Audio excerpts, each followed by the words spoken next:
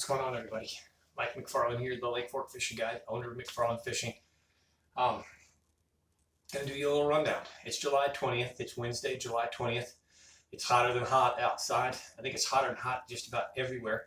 But we've been having extreme and excessive heat warnings now for more than a week. And so hopefully you're staying hydrated. Hopefully you're taking good care of yourself, because lots of things can really happen this time of year.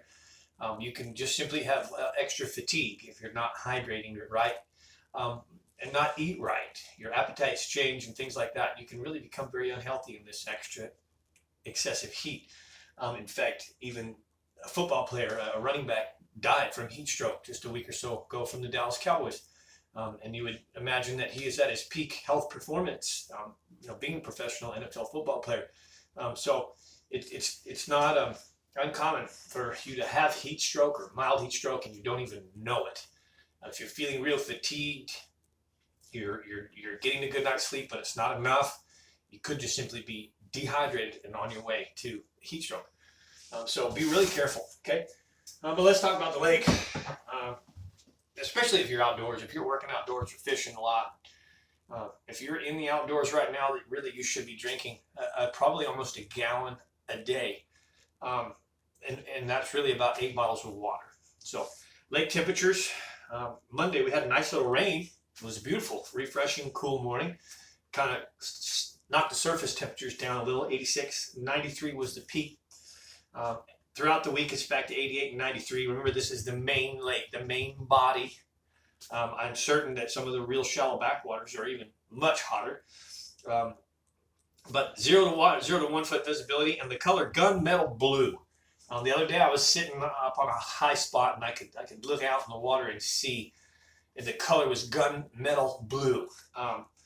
Mark Peck used to say, when the color is gunmetal blue or Lake Fork green, the water is healthy and you should be catching fish out there. Even when it's brown and stuff from rain, drainage, and stuff like that, or churned over from high winds, we still catch fish. But usually gunmetal blue means a little clear water. So you might find some even 2 foot visibility, depending on where you are. I left last Friday's level for a reason. You can see that in just a few days, we have really dropped. We're dropping about a half an inch, almost a half an inch a day now. 39621 as of today. But going back Monday, 39629, 25, 21, we're almost a half an inch a day. And usually by August, that can exceed an inch a day. So the lake's falling very quickly. Over 27,000 surface acres and 330 miles of shoreline. Dropping, an inch a day is a considerable amount of water. What that usually constitutes of, if you don't know, is half an inch up to 1/2 of inch of evaporation. I noticed that Monday's rain, filled up a cover on one of my trailers. And then I thought, boy, I got to remember to get that water out of there and scoop that water out off that cover. And by the end of the day, that amount of water was gone. It blew my mind. So just in 12 hours, 10 hours of good sunlight, it was gone. But we're dropping pretty fast. So we generally get, when we do an inch a day, we do a half inch evaporation. We do a 1/4 inch of municipal use, which is for the 4 surrounding counties. Lake Fork does provide municipal water for us. And they do pump from it for the 4 counties. And the last 1/4 inch is generally what they call rate of flow. The rate of flow. And that is by federal law, any man-made reservoir must maintain a rate of flow, a natural rate of flow, what the creek, river, drain, or whatever it is. In this case, it's Lake Fork Creek. Big Caney Creek, whatever that would be. If Lake Fork wasn't there, that creek would have a natural amount of flow, not high water flow, not rain water flow, but the natural rate of flow, and they have to match that. So there is a little bit, about a 1/4 inch of water going away for what they call rate of flow. Doesn't affect the lake really that much. It's mostly municipal source. And then when you see big dramatic changes, it's because Dallas pulls from Lake Fork. They will pull water for Dallas. Usually they don't when the lakes are full in Dallas. But if Joe Pool and a few of those other lakes, Lavon, etc., will start to get low, they will pull from Lake Fork, and they have a right to the first 9 feet of water. So when we're already low, we're over 6.5 feet low, those kinds of things should be on your mind. And the reason I keep bringing them up is, first off, I want everybody to pray for some rain, because all of Texas, period, needs the rain. Down in Houston and stuff, they have laws out right now. You can't wash a car in your parking in your driveway. Your limited sprinkler use. You're not supposed to refill your swimming pools. We're in a drought again. We're dry, and so we do need some rain. We don't need flooding rain for the south. We don't need hurricanes and things to come in, but we do need some rain. Now, in the past, I've made a few comments about that, and I've had a few of you guys comment back that it's lake being low is okay, and it's going to be really, really good and beneficial for the fishing, and I concur. I think you're misunderstanding where I'm coming from, why I'm worried about Lake Fork. First of all, let's talk about what you're thinking, and that's called new lake syndrome. There's no doubt that when a lake goes down and all the growth and things grow, buckbrush and button willows and grasses and things. In Lake Fork's case, it's nullifying all those chemicals that they sprayed that got in the dirt. They're exposed to the elements. They're getting new topsoil on them, and the rain's washing the dirt. And so it's really good. It's excellent. When the lake comes back up, it will be excellent for fishing. There's 2 aspects that are on my mind. Number one, when a lake does drop, it condenses things. Some people think, well, that makes fishing easier, better. That's not necessarily what's happening. If bigger fish are gobbling things up, and you're actually lessening the amount of water, so you're going to lessen the amount of fish. It's no different than if you have 1 acre can sustain 5 cow at full weight, and then you cut it to 1/2 an acre. You can't have 5 cows anymore in that. And so for short term, it doesn't hurt the fish population whatsoever. But long-term low pool actually hurts the overall fish population. And the bigger fish are gobbling up the little fish.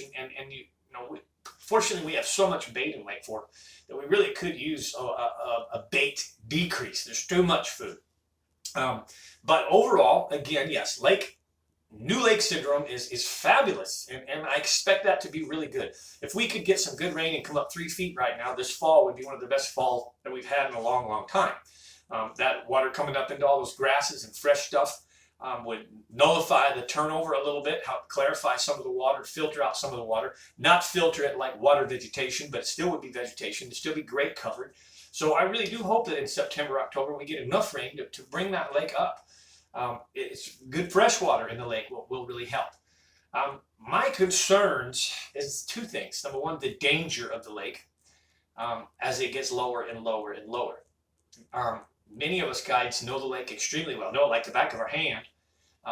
And even guides that have been here for over 30 years have hit stumps at the 6.5 foot pool, the low pool. Once it gets to 8 feet or 9 feet, if it gets to 8 or 9 or more, it's unknown. Okay, now of course in the beginning, yes, in the beginning as it rose, it was below that. But at the beginning, all the green trees were there. All the trees were standing timber. In fact, pretty much the only thing you could run back in the 80s and 90s was the buoy lanes. You didn't have all the guide lanes and guide trails and all the free runs that we have today. And those were standing out of water, so you used them as references. You rode right by them. You didn't worry about hitting them because you could see them. They're gone now. They're broken off. And so the element of danger is becoming higher and higher as this lake is lower and lower. The element of unknown territory is really being scary. There are stumps in the buoy lanes, which is really what's on my mind the most, is when you're running buoys and you think you're safe. In some places, you are not, and that is fact. We have waypoints on our units of some of those hazards. There's one straight out in the buoy line, right out front of Lake Fork Marina.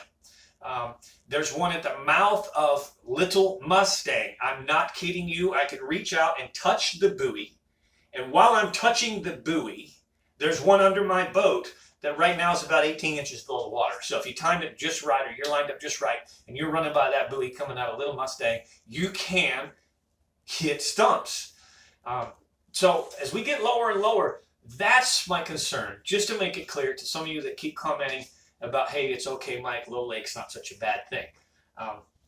I came from lakes on the West Coast that dropped 60, 70, 80, 90 feet for 9 months and refill, in 2 or 3 months, and then take 8 or 9 months to refill. So I'm extremely familiar with new lake syndrome. And it's awesome. There's no doubt.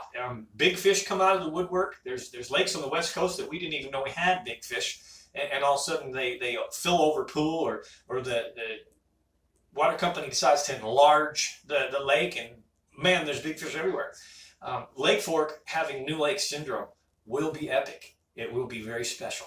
And the lake's been very healthy since 2015 till now, so it's full of really lot of big fish. Should catch a lot of 6 to 8 pound fish the past 2 years, and they're growing. They're going to be 9, 10 pounds. It takes about 8 years for bass to reach 10 pounds in these lakes generally. Not saying they won't go faster, but Texas biologists say about 8 years to reach 10 pounds. Hey, Brooke, my good friend Brooke, she caught 15 fish over 9 pounds this year, and then 2 additional fish that were over 10 pounds, just alone. That's Brooke just alone. So, man, the lake's healthy. The low pool's fishing fine. We're still offshore. We're throwing the same baits, the big worms on shaky heads, the big worms in Texas rigs if you're in real nasty cover. The football jig, more around the moon phases. There's some guys still crankbaiting, throwing crankbaits. There's still some brim spawn, and a lot of brim spawn. We know the brim will spawn all the way into August, but generally the main core of the brim spawn will be in that June, July window, May, June, July window. And then you can find brim spawning, but the bass aren't usually raiding the brim spawn in late August. At least it's not prevalent throughout the lake. That's still prevalent without the lake. I mean, I saw a brim bed the other day that just was stuffed full of brim, and it was a big brim bed. So crankbaits are still working. There's a little bit of top water bite. The other morning I started out fishing and throwing worms in deep water. Had the boat 24 feet of water, throwing up to about 16, probably throwing at 14. And just all of a sudden, right out in front of us, a school of bass just started busting top water, bait flying everywhere. They were mostly schoolies, little 2 and 3 pounders. But so there's top water bite. There's a lot going on. As I said, the lake's in good condition. The water clarity's good. Temperatures really aren't over high. I am beginning to see the thermocline building. One day it's there, and the next day it's not. We have a lot of winds, so that'll help break the thermocline. But I'm going to be doing a thermocline lesson pretty soon. I'm going to get in super depth in exactly what it is. So for those of you that don't know what it is, it's realistically, it's a layer that separates 2 different water column temperatures. But that layer itself is usually cooler than both of those temperatures. It's a film-like layer. It's like a cloudy layer. If you're scuba diving, you go down through it. When you hit it, it'll be cloudy for just a minute, and usually clear underwater. On the West Coast, you can have hot water, and you're diving, you hit the thermocline, you'll feel the coolness, you'll see like a cloud, and then you go below it, and it's even clear, crystal clear water. In Texas lakes, these shallow-borne lakes, there's no oxygen below. There's limited oxygen above and hot above, and it's that layer that they really do like. So we're going to discuss that a little bit in very deep detail. I'm going to do a specific for the public. What is a thermocline? Why does it affect the fish in Northeast Texas, especially Lake Fork? How should we be fishing a thermocline? How do we find a thermocline with our sonar? And then the turnover. There's a lot of guides that don't believe in a turnover. There's a lot of guides that do. I think there's more that don't believe it than do. I can tell you Mark Pack for fact would always talk about the turnover. And I will be discussing this in great detail. What the turnover part we actually miss. That happens in about 2 or 3 days. That's when the thermocline breaks and the 2 bodies of water, the 2 layers of water invert. One goes down, one comes up. And so really when the upper water gets cooler, it sinks. The thermocline breaks, the bottom comes up, and the top goes down. And that actually happens very quickly, 2 or 3 days. We really don't witness or see the turnover itself. It's turned over, it's done. What happens on Lake Fork is once it's turned over, all that debris that was down in that bottom water column that's dead, it's oils and gas, it's nasty stuff rises. And so when we're calling it turnover, the turnover's already happened in 2, 3, 4 days, but all that debris comes up to the surface and floats. Now, what I witnessed in Lake Fork, and I'll talk about this when I do the lesson, is it actually kind of turns 3 or 4 times. We'll get a couple cool nights and a rain, and this will happen, and inversion will happen, and then we'll heat back up again. And the thermocline will kind of start to come back. So you'll see that color already start coming in August. You'll see some of the oils floating. And, I fish Lake Fork all year long. And 10 months out of the year, 9 months out of the year, we don't have to wipe our boat down very often. And during that time, my gosh, your boat gets just stuck with brown, nasty, oily, slimy. And it's all the rotted vegetation down below, the organic material and oils that are rising after the lake is turned over. And what that does is it really makes the water column real messy. It changes very funky color. And I believe it's low oxygen, off pH balance, because usually for several weeks it's very tough fishing, the toughest fishing of all. And again, I'll talk about that, and I'll tell you where we find the fish. Mark Pat gave me some cool tricks on where and how to still catch fish during that turnover. Of course, we're about 6 to 8 weeks away from it. So I know this might be a little bit long public rundown. I'm just kind of making sure that I teach and talk a little bit, prepare you for what's happening. It's midsummer. I am fixing to go on another vacation. I'm going to go watch George Strait. I'm going to go see George Strait at the end of this month, and I'm going to actually go do some fly fishing, hit the road for 7, maybe 10 days, and fish bull shoals, probably the White River and a few other places, and do some fly fishing, which I'm really excited about. I used to be an Orbison fly instructor. I'm going to take Brooke with me and teach her how to fly fish, and it should be a really fun adventure on the road. I got a nice package right here. Some big changes. Some big changes are happening McFarland Fishing. If you've been on the recent guide trip with me, then you probably already know what that is. I'm not going to tell you in the public about what it is right now. I'm going to keep it private. In this box, and there'll be 4 or 5 more boxes like it coming. In this box are some really big changes. I'll just point up here. If you can actually see that, that's the beginnings of it. It might be a little hint. But in this box, there's some really cool stuff that I'm going to show the members only here in just a few minutes about, and tell them what's happening with the Lake Fork Guide and McFarland Fishing, the changes that are going to be for the future, and they're really big, and they're big doors opening, and I'm grateful. So the TIFR Fishing Report, I'd like to invite you to watch that. Texas Insider Fishing Forum, report. Texas Insider Fishing Report, it's on Bally Sports, it's on Fox.net. It's a weekly fishing report that's basically live. During the month of August, I'm going to fly out to Florida, and I'll actually be on the show, physically on the show, instead of just vocally on the show. But there's about 6 of us captains from everything from the ocean, the coast, to upper region, middle region, southern region of Texas. We give a weekly fishing report. So pure fishing is a big part of that. Pure fishing is also a big part of what's happening here in Abu Garcia. Just a little hint there for you. But if you really want to know what it is, you want to know more about fishing on Lake Fork, you want to know a little more details, if you're coming out this weekend, you want to know exactly where to be, how to catch them, subscribe to my members only channel. All right, this is a public subscription that you have right now. I'm super grateful. Thank you for that. Hit the comment below, the like below if you really enjoy this. But if you want to know much more details, go to one of my regular videos, hit the join button, follow the procedure. It's $4.99 a month. 1 gallon of fuel was costing that. How about that? We've come down almost $1. It's pretty amazing. But 1 gallon of fuel, a couple lures to the lake, you lose that every time you go fishing. So some gathered information, really good information for $4.99 a month. And to follow me in a little more detail on what I do, what else is going on in McFarland Fishing, it's worth it. It truly is. I wouldn't be continuing to invite you. I don't mean to bombard you, but it's truly worth it. And the subscription base is huge. There's a lot.